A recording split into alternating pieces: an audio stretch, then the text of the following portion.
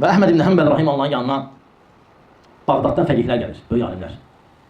Və gəlirlər və cəm olurlar Vafiqin xilafəti dövrü, vilayəti dövrü Əhməd ibn Həmbəlin yanına və deyirlər ki, ey Əhməd ibn Həmbəl, fətva ver çıxaq.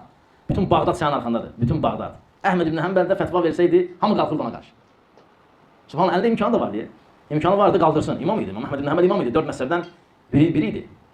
Buxari və Müslim bildiyim böyük mühəddislərin şeyxi idi. Buxari, Müslim, Tirmizi, Əbu Davud, İbn Məcə, hamısı. Kimi bilirsən? Yəni Şafi rahimallah, o müəllimi idi, amma Şafi deyirdi ki, 15 yaşında alim görmüşəm. O da Əhməd ibn Həmbəl.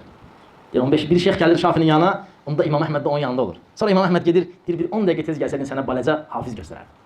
Balaca hafiz, yəni Quranı bilən yox, bütün hədisləri, 100 min. Və hədis sənədi ilə, rical kişiləri ilə, kimlə, necə, Əhməd ibn Həmbəl rahimallah. 15 yaşında belə idi, bu artıq yaşlaşanda dağ idi, rahimallah. Əhməd ibn Həmbəl. Onun yanına gəlirlər Bağdaddan, balaca uşaqları yox, alimlər. Deyirlər ki, gəlirik, xəbərimiz də var, sənin haqqında olunan şeylərə fətva ver çıxaq. Və izhar eləyək ki, Quran Allahın kəlamıdır. Və biz onun, yəni Vafiqin imamlığı ilə razı deyilik, izhar eləyək. Nə də sultanlığı ilə. Və Əhməd ibn Həmbəl onlara baxdı və dedi ki, belə şeyləri hələlik qəlbimizdə inkar eləyin. Subhanallah.